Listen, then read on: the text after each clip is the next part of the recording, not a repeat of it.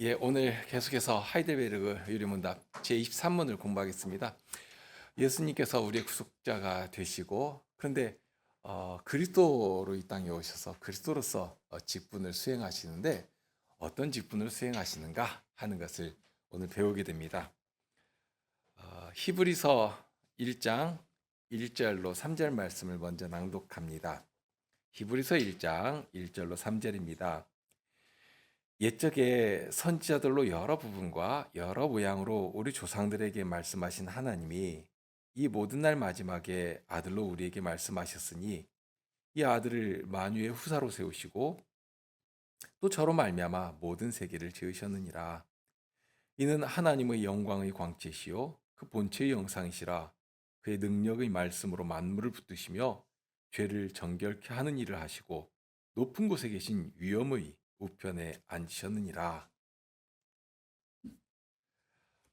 22문의 질문은 하나님의 아들이신 그리스도께서 어떻게 사람이 되셨는가 하는 내용이었습니다. 거기에서 질문과는 별개로 두 가지 큰 내용이 질문 자체에 담겨 있는데요. 하나님의 아들이신 그리스도라 하는 말에 두 가지 굉장히 중요한 내용이 담겨 있습니다. 첫째는 우리의 중보자는 하나님의 아들이시다 하는 것이 있고요. 근데 하나님의 아들이라고 할 때는 하나님의 하나이신 한 분이신 하나님과 신성과 권능과 영광을 공유한다 하는 의미의 말이기도 합니다. 그러니까 달리 말하면 우리의 중보자로 오신 분은 곧 하나님이시다 하는 그런 뜻입니다. 그러면서 동시에 그분은 그리스도이십니다. 요리문답은 이런 일에 대해서 일일이 설명하지 않고 있죠. 처음부터 어떻게 보면 선언적으로 또는 진리로 딱 규정하면서 그 질문의 답을 요구합니다. 그러니까 우리의 구속주는 그리스도이시다, 그리스도이시라 하고 가르칩니다. 자, 이제 그런 사실을 근거로 해서 이제 23문에 오면 그러면 그리스도께서 우리의 구속자로서 무슨 직분을 행하시는가 하는 것을 가르치는데요. 그러면서 여기 질문에서도 자연스럽게 배우는 한 가지 사실은 그리스도가 다른 일을 하시는 것이 아니라 바로 우리가 구속자이신데 그러면서 막연하게 어떻게 그냥 구속을 해 주시겠지 하고 생각하도록 하는 것이 아니라 직분과 연관이 되어 있구나 하는 사실을 자연스럽게 생각하도록 합니다. 그러니까 이 내용들이 굉장히 질서가 있고 순서를 따라서 차근차근 움직여 나가는 것을 보게 되죠. 그러니까 구속자는 직분과 연결이 되어서 직무를 수행하는 분이시다 하는 것입니다. 자, 그 내용을 한번 23문을 통해서 공부하게 되겠는데요. 23문을 다 같이 한번 읽으시죠. 23문입니다. 그리스도께서 우리의 구속자로서 무슨 직분을 행하십니까? 그리스도께서는 우리의 구속자로서 선지자와 제사장과 왕의 직분을 낮아지고 높아지신 두 지위에서 행하십니다. 그렇죠? 질문이 벌써 그리스도께서 우리의 구속자이신데 그 구속자로서 무슨 직분을 행하시는가 하는 사실을 묻습니다. 그러니까 자연스럽게 그리스도는 직분과 관련된 이름이구나 하는 생각을 할 수가 있죠. 아, 어, 그이 직분이라고 하는 것은 교회에 예수님께서 친히 직분자로서 우리 구속자가 되실 때 이 교회를 보존하고 보살피신 일에 있어서 예수님과 같이 이렇게 직분자를 세워서 일을 하도록 하시는 것도 우리가 알게 됩니다. 쉽게 말하면 목사가 있지 않습니까? 목사는 직분의 이름이죠. 그러니까 목사는 다른 일보다도 주님의 말씀을 전하고 그 말씀으로 살아가는 그 삶을 살펴보고 양육하는 일을 하게 됩니다. 그리고 목사라는 직분도 보면 에베소서 4장 11절 12절에 이렇게 사도가 말씀하는데요. 그가 혹은 사도로 혹은 선자로 혹은 복음 전하는 자로 혹은 목사와 교사로 주셨으니 그러면 왜 주셨는가? 이는 성도를 온전케 하며 봉사의 일을 하게 하며 그리스도의 몸을 세우려 하심이라.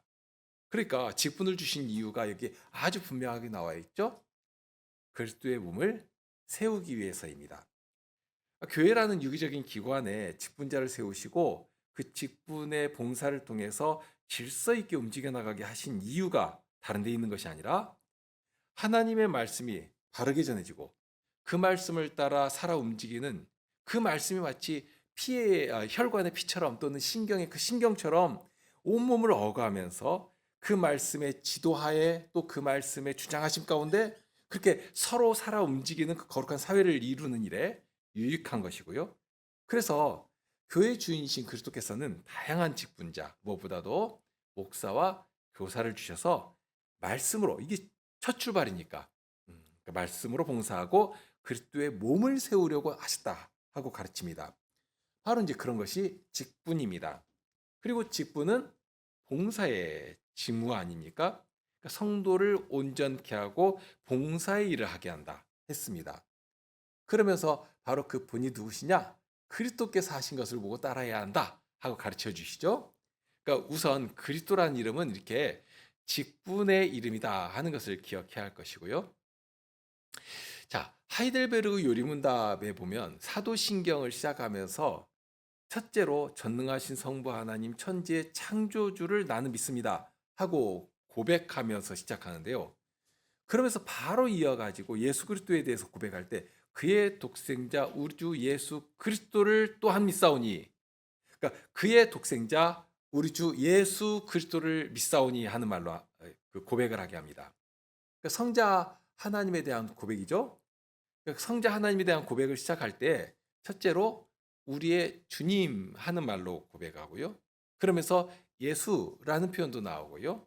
그러면서 그리스도라 하는 이 내용들을 이렇게 순서적으로 명확하게 고백하도록 하고 있습니다. 그러니까 우리는 너무 이제 그 자주 보면 이렇게 익숙하면 그 의미를 하나하나 곱씹기보다는 그냥 뭉뚱거려 가지고 하나 덩어리처럼 그냥 쓱 하고 지나가는 일이 많은데요. 여기 보면 이 하나하나의 표현이 정말 하나님의 구원의 경륜을 굉장히 하나하나가 풍성하게 담고 있거든요. 그리고 이 표현 하나하나를 우리 신앙으로 고백하기 위해서 얼마나 교회가 많은 희생, 헌신을 해왔는가. 이 교회 역사는 그 사실을 피로써 증명해주고 있습니다. 우선 독생자라는 표현만 볼지라도 앞에서 잠시 언급한 것처럼 성부 하나님과 신성을 함께 하시는 아드님이시라 하는 표현입니다. 그러면서 그의 독생자 우리 주라는 표현이 나오지 않습니까? 이 주라는 말이 아시는 것처럼 퀴리에라는 말입니다. 퀴리오스라는 말. 그리고 이 말은 상투적이 아니지 않습니까? 정말 주라고 할 때는 나의 생명의 여탈권을 가진 그런 분을 향해서 나의 주님하고 부르는 것입니다. 그러니까 종이 주인에게 주님이라고 하고 부르는 것이고요. 백성이 그 나라의 왕을 향해서 주님이라고 부르는 것입니다. 그런데 이제 오늘날 특히 이제 교회 다니는 사람들은 이 주님이라는 말이 너무 이렇게 입에 익어버렸지 않습니까? 그러니까 아무 생각 없이 그냥 아무 때나 주님 주님 하고 이렇게 말하는데요. 그러니까 이것을 좀 약간은 신선감 있게 다시 좀 상기시킬 필요도 있겠다 싶습니다. 어떤 말이 좀 새로운 말이 될까? 사실 주님보다도 더 좋은 말은 없을 것인데, 예를 들면 주인님 하고 하면 조금 더 좀 새로운 분위기가 나을까요? 어, 사실 우리가 사람을 향해서는 주님이라든지 주인님이라는 말을 쓰기 어렵지 않습니까? 어떤 높은 사람일지라도 뭐 대통령이 와도 대통령을 향해서 주인님하고 말하지는 못하거든요. 그런데 이렇게 우리에게는 주님이라는 말이 너무 이렇게 익어가지고 입버릇처럼 그렇게 부르기가 쉬운데 의미 없이. 그런데 우리가 정말 주님을 주님이라고 부를 때는 주님께서 명령하시면 만일 그 자리가 죽는 자리라 할지라도 나는 가야 한다. 주님께서 명령하시면 나는 그 자리를 향해 가는 것이다. 주님께서 멈추라 하시면 그 자리에서 그냥 딱 멈추는 것이다. 심지어는 이런 것도 생각할 수 있죠. 막 음식이 진수성찬에 차려 있는데요. 주님께서 먹으라 하시면 먹는 것이고 너 그만 먹어 하면 그냥 손 딱 털고 일어나야 하는 게 바로 종의 위치인 것입니다. 종이 하는 종은 그런 것입니다. 그런데 그렇게 주님이라고 하는 주인의 명령은, 주님의 말씀은 그처럼 무겁고 그처럼 권위가 있는 것이고요. 그런데 우리의 구속주가 바로 우리의 주님이시라 하는 것입니다. 그러면 과연 우리 구속주가 우리에게 어떤 일을 해 주셨기에 우리가 그분을 나의 주님 하고 이렇게 부를 수 있게 됐는가? 그렇게 불러야 마땅한 분이신가 하는 것입니다. 정말 예수님을 향해서 나의 주님, 우리가 함께 우리의 주님 하고 고백한다는 이 자체가 굉장히 귀하고 우리에게는 힘과 위로가 되는 말씀 아닙니까? 다른 누구를 주님으로 부르는 것이 아니라 나를 위해 당신의 목숨을 아낌없이 내어주신 예수 그리스도를 우리가 함께 우리 주님 하고 부르니까요. 자, 여기 나오는 단어가 있는데요. 첫째는 예수이시고요. 두 번째가 그리스도이십니다.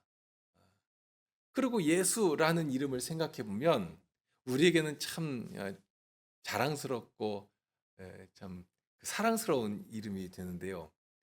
그런데 조금 생각해 보면 하나님이신 성자께서 사람의 이름을 가지셨단 말입니다. 예수가 사람의 이름 아닙니까? 그 이름이 과연 예수님께도 영예롭겠습니까? 예를 들어 볼까요? 집에서 키우는 개가 있습니다. 그러면 그 개 이름을 사람에게 붙여서 부르면 그 이름이 과연 영예가 될 것인가? 아무리 품종이 좋은 개라고 해도 개를 부르던 이름을 내 자식에게 붙여서 부른다면 좋아할 부모가 누가 있겠습니까? 사람으로 오신 성자 예수님을 예수라고 하는 이름으로 부를 때 예수님께 그 이름이 과연 그렇게 존귀의 이름이 될 수 있겠는가? 전혀 그렇지 않거든요. 그러나 그 이름 마다하지 않으시는 것입니다. 오히려 그 이름을 누가 지어 주십니까? 하나님께서 직접 지어 주시거든요. 이 이름에는 하나님의 구원이 약속되어 있습니다. 예수님께서 잉태되실 때 천사를 통해서 알려주신 말씀이 그렇죠. 예수 그리스도의 나심은 이러하니라 하고서는 그 이후에 보면 다윗의 자손 요셉아, 그러니까 지금 천사가 요셉을 찾아가셔서 요셉에게 하신 말씀인데 이미 마리아는 잉태되어 가지고 그 모습이 나타나고 있었습니다. 그런데 네 아내 마리아를 데려오기를 무서워 말라. 저에게 잉태된 자는 성신으로 된 것이라. 아들을 낳으리니 이름을 예수라 하라. 그러면서 예수의 뜻이 무엇인지도 알려주십니다. 그가 자기 백성을 저희 주에서 구원할 자이심이라. 이 요셉에게도 알려주셨지만 마리아에게도 직접 알려주셨지 않습니까? 그런데 이 예수라는 이름의 뜻이 그러니까 이 예수라는 이름을 예수님께서만 처음 가지신 것은 아닙니다. 어, 이미 구약 백성들도 하나님의 구원을 사모할 때 이 예수라는 이름을 자녀들에게 붙여서 부르기를 정말 기뻐했거든요. 그리고 예수님 당시만 해도 예수라는 이름이 예수님만 가지고 있었던 것이 아니기 때문에 특별히 딱 지목해 가지고 이 예수님은 누구시냐? 나사렛 예수시라. 나사렛 동네에서 나신 그 예수님이라 하는 이름으로 그게 나사렛 예수라는 이름으로 불릴 정도였으니까요. 그러니까 구약 백성들도 예수라는 이름 다 아시죠? 여호수아 또는 예슈아 이렇게 불렀죠. 그러면서 이 여호수아라는 이름을 붙일 때 부모가 그렇게 붙였을 것인데 얼마나 하나님의 구원을 사모했겠습니까? 그러니 여호와의 구원이 우리 가운데 임하면 좋겠다. 주의 백성들을 구원하실 그분을 사모하면서 그렇게 나의 자녀에게 그 이름을 부른 것이 붙여서 부른 것이고요. 그래서 성경에서 대표적으로 여호수아라 하는 이름을 가진 두 사람이 있는데요. 한 사람은 모세를 대신해서 이제 모세는 그 가나안 땅을 바라보면서 죽지 않습니까? 이 모세를 이어서 이스라엘 백성들을 이끌고 언약의 땅으로 들어갔던 그 사람이 바로 여호수아이고요. 두 번째로는 바벨론 포로에서 돌아오죠. 수르바벨과 함께 이스라엘 백성들을 다 이끌고 왔던 그 사람도 바로 여호수아입니다. 이렇게 아주 중요한 시점에서 하나님의 구원이 이들과 함께 언약의 땅으로 안식의 땅으로 이끌어 들이시는 그 사실을 나타낼 때 중요한 일을 한 사람이 바로 이 여호수아라 하는 이름을 가졌다 하는 것도 이것이 결코 무의미하지 않거든요. 굉장히 중요한 시점에 그런 이름이 있는데 그런데 하나님께서 이제 새로운 구원의 역사를 일구어내실 때 바로 그 이름을 통해서 하나님의 구원을 이 땅에 성취해 가기를 기뻐하신 것입니다. 그래서 마리아를 통해서 예수님께서 나실 때 마리아에게 직접 알려주시죠. 가브리엘 천사를 보내셔가지고 이 예수라고 하는 이름이 어떤 이름이냐? 그가 자기 백성을 저희 주에서 구원할 자이시라 하는 그 이름의 뜻도 아주 분명하게 알려주셨습니다. 그러면서 더욱이 이 모든 일에 된 것이 무엇을 이루는 것인가? 마태복음 1장 22절에 보면 이 모든 일에 된 것은 주께서 선지자로 하신 말씀을 이루려 하심이니 가라사대 보라 처녀가 잉태하여 아들을 낳을 것이요 그 이름은 임마누엘이라 하리라 하셨으니 이를 번역한즉 하나님이 우리와 함께 계시다 함이라. 참 놀라운 소식입니다. 사실 이 임마누엘이라고 하는 거, 하나님께서 우리와 함께 하시다 하는 이 말씀은 이사야 선지자를 통해서 이미 약속하신 말씀이거든요. 이사야서 7장 14절 말씀입니다. 그러므로 주께서 친히 징조로 너희에게 주실 것이라. 보라, 처녀가 잉태하여 아들을 낳을 것이요 그 이름을 임마누엘이라 하리라 하고 약속하셨는데, 바로 그 말씀을 이루시기 위하여서 친히 약속하신 그 이름을 들고 친히 하나님께서, 성자 하나님께서 사람이 되신 것입니다. 우리 가운데 찾아오신 것입니다. 우리와 함께 가시기 위해서. 자, 어떤 면에서는 부끄러운 이름이라고 했습니다. 과연 지금도 세상은 그 이름을 이유 없이 미워하지 않습니까? 그러나 그 이름은 우리에게 구원을 주시는 하나님의 능력이 되십니다. 누구든지 그 이름을 부르는 자에게 구원을 주신다 약속하시지 않습니까? 정말 구원이 되시는 능력의 이름이거든요. 얼마나 그러니 복된 이름입니까? 하나님께서 이 예수라는 이름처럼 그렇게 하나님의 구원을 사모하는 신실한 성도들에게 때가 되었을 때 신이 당신을 사람으로 내어주시면서 사람의 이름으로 불려지는 것도 전혀 부끄러워하지 아니하시고 오히려 그 이름을 친히 주시면서, 그러면서 그 이름을 부르는 모든 사람을 구원에 이르도록 하시는, 모든 자에게 구원을 주시는 놀라운 능력으로 함께 하시면서 그 일을 하시기 위해서 그렇게 우리 중에, 우리 가운데 오신 것입니다. 예수라는 이름이 그렇습니다. 자, 뿐만 아니라 이제 사도신경 2항이 계속해서 보면 우리 주 예수 그리스도를 믿습니다 하고 했고요. 여기 그리스도는 예수라는 이름의 또 다른 이름은 아닙니다. 아시는 것처럼 그 예수라는 이름은 고유명사이고요. 그리고 이 그리스도는 직분의 이름입니다. 뭐 저만 해도 목사라고 부르지 않습니까? 이 목사와 같은 그의 하는 일, 직무를 수행할 때 그 직분으로서, 직분자로서 하지 않습니까? 그러니까 이 그리스도라는 이름은 곧 직분으로 바로 이어집니다. 목사라고 하는 직분도 마찬가지인데 목사가 하는 일이 뭐 여러 가지가 아닙니다. 개혁교회는 아주 중요한 원칙을 성경을 따라 세워 놓았는데요. 오늘날 보면 일반 교회에서는 목사의 종류가 굉장히 많습니다. 전도 목사, 선교 목사, 뭐 협동 목사, 교육 목사, 뭐 신방을 위한 목사도 있고 심지어는 찬송만을 다루는 찬송 목사도 있고 그렇습니다. 그런데 실은 목사에게 부여하신 일은 딱 하나거든요. 복음으로 교회를 목양하도록 하는 일입니다.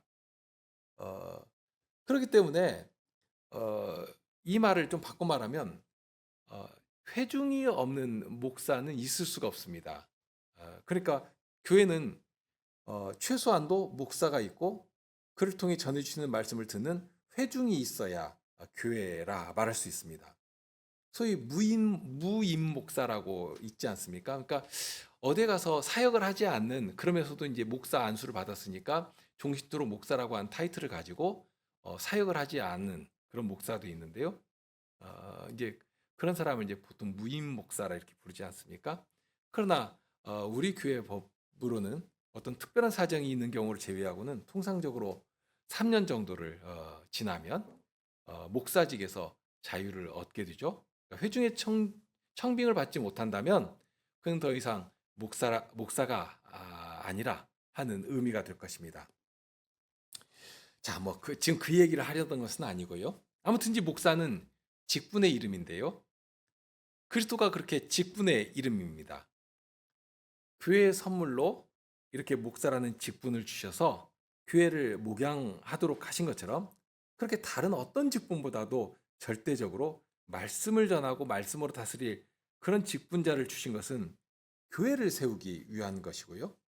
그러면서 교회 안에 있는 성도들의 영혼을 살리며 그 말씀의 다스림을 받으며 그 말씀이 주시는 능력, 죄의 일을 멸하여 가시고 그리스도의 생명이 그 모든 삶을 통해서 아름답게 구현될 수 있도록 하는 그 능력을 맛보며 누리며 살아가도록 그런 자유와 평안을 누리며 당당하게 세상을 향해 맞서 싸워 나가야 하는 것 아니겠습니까? 교회의 사명이니까 그 일을 위해서 직분자를 세운 것입니다.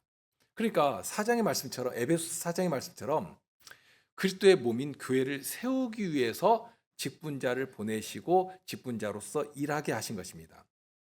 그리스도라는 직분도 동일합니다. 그리스도는 명예의 이름도 아니고요. 대접을 받으려고 하는 이름도 아닙니다. 어, 이제 6월 달이 되면 이 나라의 일꾼을 뽑는 선거가 있지 않습니까? 벌써부터 아주 막 서로 나가겠다고 그렇게 하는데요. 그런데 뭐 도지사도 뽑고 시장도 뽑고 그런 자리에 오르기 위해서 아주 많은 사람들이 치열한 경쟁을 하는데 그렇게 그 자리를 탐하는 이유가 뭐겠는가? 그만큼 권력이 있기 때문 아니겠습니까? 무엇이라도 자기가 원하는 대로 자기의 뜻을 펼치고자 하는 것도 있을 것이고요. 또는 자기의 이익을 아주 극대화시킬 수 있는 그런 힘이 있다고 생각하고 거기에 오르기도 할 것인데요. 그런데 교회 머리로 오시는 그리스도는 성도를 온전케 하고 봉사의 일을 하시기 위해서 먼저 본을 보이시면서 낮은 자리로 또 낮은 자리로 내려가셔서 그 자리에서 봉사하시면서 그 직분의 일을 수행하신 것입니다. 그러니까 23문에 보면 그렇게 굉장히 큰 내용을 질문에 담아가지고 정말 어떻게 보면 너무 당연하듯이 이렇게 툭툭 던지면서 오히려 그 말 자체에 익숙해지도록 하면서 그러면 이제 그런 그리스도께서 우리 직분자로서 무슨 직분을 행하시는가 하는 내용을 가르칩니다. 어, 우선 그리스도라 하는 말의 의미를 다시 한번 생각하고 싶은데요. 그리스도는 기름 부어 세움 받은 자라 하는 의미 아닙니까? 그리고 구약에서는 메시아로 불렸다는 것도 다 알고 계시죠? 자, 이 그리스도에 대해서 기름 부어 세움 받는 이 직분에 대해서 알기 위해서는 구약의 예를 하나 보면 참 좋은데 마침 최근 사무엘 상을 읽었습니다. 거기 이제 사무엘상 10장에 보면 사무엘이 사울을 왕으로 세우는 장면이 나오는데 1절에 보면 기름병을 취해서 사울의 머리에 부었다고 나옵니다. 이 기름 붓는 것이 이 구약에서는 직분으로 세움받는 표시입니다. 하나님께서 하나님 나라의 거룩한 질서와 사명을 위해서 아주 중요한 직분, 세 가지 직분을 허락하시고요. 그 직분을 세울 때에 이렇게 기름을 그 머리에 부어서 그 직분에 위임되었다 하는 표시를 하게 하셨습니다. 그러면 기름 붓는 것은 무엇을 표시하는 것인가? 이어서 6절에 가면 이렇게 말씀합니다. 네게는 여호와의 신이 크게 임하리니, 지금 사울을 향해서 하시는 말씀입니다. 여호와의 신이 크게 임하리니 너도 그들과 함께 예언을 하고 변하여 새 사람이 되리라. 이 징조가 네게 임하거든 너는 기회를 따라 행하라. 하나님이 너와 함께 하시느니라. 이것이 하나님께서 직분자로 세워주시는 실체입니다. 여기 처음 나온 여호와의 신께서 그에게 임하십니다. 임하시는데 크게 임하십니다. 그러면 예언을 하고 변화해서 새 사람이 된다고 하였습니다. 그러면서 무엇보다 7절에 보니까 하나님이 너와 함께 하신다 하는 증거를 삼게 하셨습니다. 다른 것이 아니라 하나님께서 함께 하시니까, 그러니까 단순히 하나님께서 함께 하신다 하는 것보다는 여호와의 신께서 천지를 창조하시던 때에 창조하신 만물을 친히 붙드시고 아름답게 조성해 가셨던 그 여호와의 신께서 지금 사울과 함께 하시니까 그러니까 이제 어떤 일이 일어나는가? 새 사람이 된다고 했죠? 예언을 하고 새 사람이 된다고 했습니다. 그러니 보니까 과연 7절, 9절에 가서 보니까 그가 사울에게서 떠나려고 몸을 일으킬 때에 하나님이 새 마음을 주셨고 그날 그 징조도 다 응하니라. 이렇게 되었습니다. 그러니까 여기 예언을 한다는 것은 하나님의 말씀에 대해서 깨닫고 그 말씀을 따라 주의 백성들의 능히 행할 길을, 마치 사무엘이 여호와의 율례를 쫓아서 이스라엘을 이렇게 잘 가르치고 이끌었지 않습니까? 이제까지.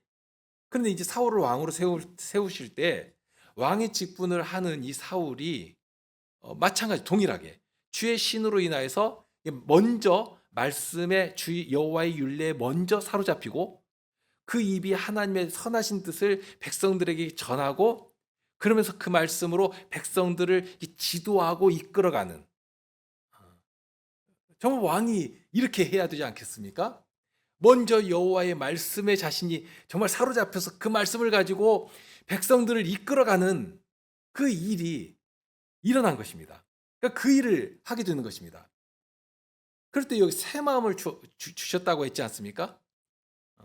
이 새 마음이라 할 때 무엇보다 앞으로 주실 새로운 언약의 예수 그리스도로 세우실 새 언약의 비밀이 여기 담겨 있는 것이거든요. 오전에도 생각했지만 에스겔서 36장 26, 27절에 보면 예스겔 선지자를 통해서 놀라운 약속을 하시지 않습니까? 다시 한번 보면 또 새 영을 너희 속에 두고 새 마음을 너희에게 주되 너희 육신에서 굳은 마음을 제하고 부드러운 마음을 줄 것이며 또 내 신을 너희 속에 두어 너희로 내 율례를 행하게 하리니 너희가 내 규례를 지켜 행할지라. 새 영을 주시고 새 마음이 그에게 있게 되고, 그럼 어떻게 되는 것인가? 이전에 여호와의 법은 모세가 시내산에서 받은 계명처럼 바깥에 있었습니다. 돌판에 새겨져 있었습니다. 그냥 객관적으로 서 있는 법이죠. 그런데 그것이 보여주는 것이 있습니다. 도저히 사람으로서는 지킬 수가 없는 것입니다. 그러나 그러면서도 지켜야지만 되지 않습니까? 분명 지켜야 하는데 지킬 수는 없고, 그러니까 그 갈등 속에서, 그 간극 속에서 갈등하게 되고 더 비참하게 될 수밖에 없는 그런 무능한. 그런데 그런 법을 주신 이유는 바로 이런 하나님의 약속이 예비되어 있기 때문입니다. 사람은 무능할 수밖에 없습니다. 할 수가 없는 자들입니다. 그러나 누가 하시는가? 하나님께서 하십니다. 친히 하십니다. 어떻게 하시는가? 여기 보니까 당신의 신을 보내주셔서, 그렇게 되면 돌판에 쓰여진 법이 아니라 우리 마음에 여호와의 율법을 새겨주시고, 그러니 이제는 억지로 무슨 재갈이 물린 말이 어쩔 수 없이 끌려가는 것이 아니라 이 마음속에서부터 우러나는 그 기쁜 심정을 가지고 막 자원하여서, 그러니까 스스로 생각해서 야 이게 하나님의 뜻이구나 하고 생각하고 바라보고 움직여 나가는 이 새로운 마음에서부터 그런 소망이 일어나고, 그런 새로운 영을 우리에게 심어주셔서 말씀을 쫓아 자신을 드리고자 하는 그런 새로운 일이 시작되게 해주셨다, 해주신다는 것입니다.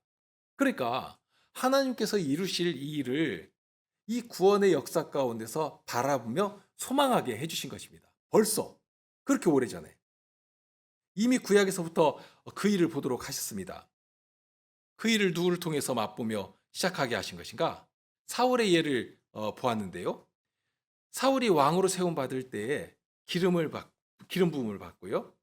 그런데 기름이 의미하는 것은 그렇게 여호와의 신으로 그 위에 부어지고, 그러니 여호와의 신으로 예언을 하면서 변화해서 새 사람이 되는, 여기 새 사람이라는 말이 있지 않습니까? 그럼 어떻게 되는가?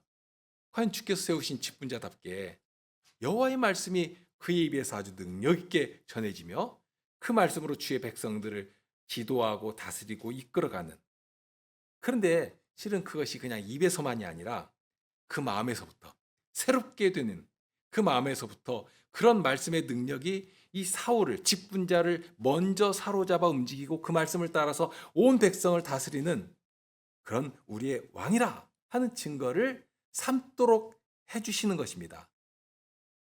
기름 부음을 받는 것은 그런 것입니다. 왕만 그런 것은 아니죠. 제사장도 그렇고 선지자도 그렇습니다. 기름이 그 머리에 부어지고 머리로부터 흘러 온몸을 적시듯이 참 아름답고 영예로운 장면 아닙니까? 그렇게 흐를 때에 주께서는 여호와의 신을 통하여서 그의 마음에 새로운 영을 지어주시고 하나님의 백성으로 유익을 얻으며 그의 봉사로 거룩한 사명을 감당하는 자리로 나아갈 수 있게 해주시는 것입니다. 자, 이런 귀한 직분이기 때문에 예수님께서는 공생애를 시작하시면서 가장 먼저 하신 일이 구약 백성들에게 내리셨던 질서이기도 한데요. 그러면서 에스겔 선지자를 통해서 약속하신 일이기도 하고요. 그래서 예수님께서 가장 먼저 무엇을 하셨는가? 혹시 무엇을 하셨는가 기억나십니까? 공생애를 시작하실 때 세례부터 받으시거든요. 그러니까 세례를 받으시면서 누구라도 다 볼 수 있도록 영원토록 성신님과 함께 계시는 성자이신데 이미 성신과 함께 하시는 성자 예수님 아니십니까? 그런데 그분께서 백성을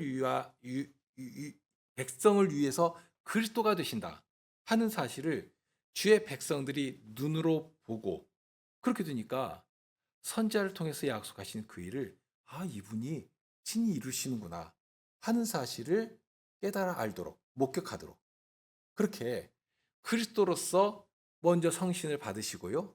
이제 그 성신을 받으신 분으로서 이제 누구라도 예수 그리스도 안에서 성신을 받을 수 있도록 해주시는 그런 직분의 일을 예수님께서 친히 당신께로 다 가져가시면서 우리를 위해 섬기시는 왕으로서 또 주의 말씀으로 온전케 하시는 선자로서 그리고 우리의 화목제가 되시는 대제사장으로서 친히 그 몸을 들이시면서 그렇게 직분을 수행하신 것입니다.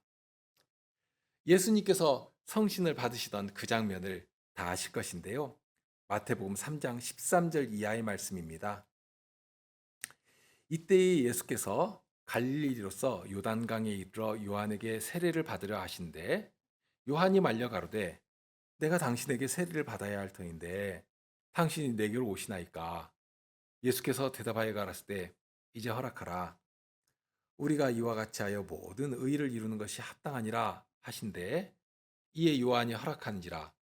예수께서 세례를 받으시고 곧 물에서 올라오실새 하늘이 열리고 하나님의 성신이 비둘기같이 내려 자기 위에 임하심을 보시더니 하늘로서 소리가 있어 말씀하시되 이는 내 사랑하는 아들이요 내 기뻐하는 자라 하시니라. 이렇게 예수님은 우리를 위해 그리스도가 되셨고요. 구약 백성에게 약속하신 모든 구원의 일을 친히 직접 온전히 이루어 가신 것입니다. 우리 함께 시편 찬송하실까요?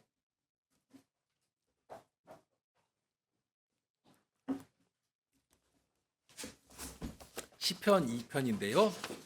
2, 3, 4절 하시겠습니다. 2, 3, 4절입니다.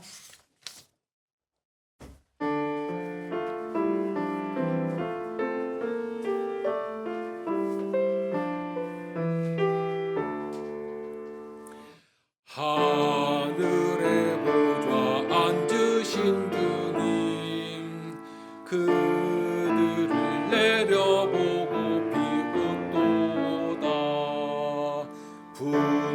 분노하시며 말씀하시고 진노하시며 그들 두렵게 하네 친히 세웠노라 내 거룩한 산 시온 산 위에 나의 왕 내가 친히 세웠노라 내 거룩한 산 시온 산 위에 여호와께서 징령 내리니 그 내려주신 말씀 전하노라 넌 나의 아들 내가 낳았다 이 왕좌 오늘 내가 네게 주노라 구하라 내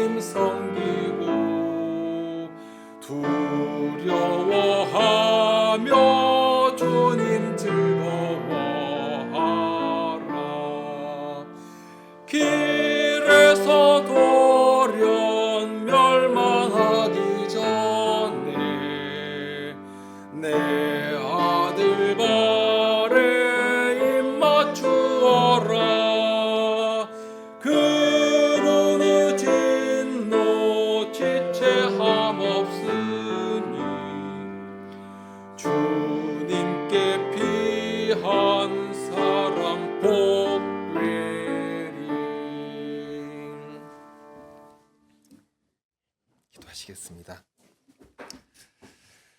지극히 높으신 성자께서 저희 구원이 되시려고 사람으로 오시고 구원의 이름으로 불려지시며 그리스도로서 그렇게 세례를 받으시며 과연 하나님은 신실하시고 그러니 하나님의 말씀은 한 획이라도 땅에 떨어진 일이 없이 온전히 이루어지고 과연 우리를 위한 구원을 친히 이루어 가신다 하는 사실을 더욱 분명히 믿게 하여 주십니다.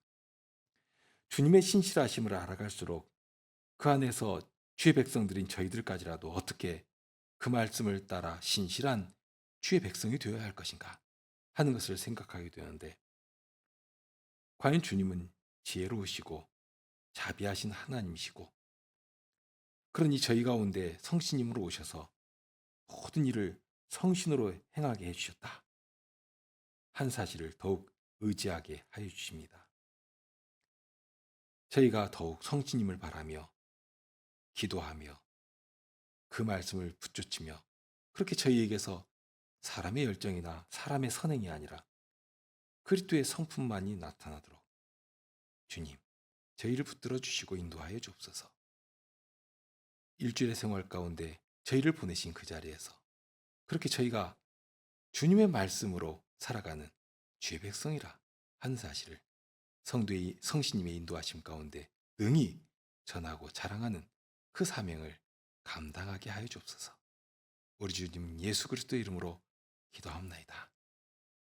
아멘.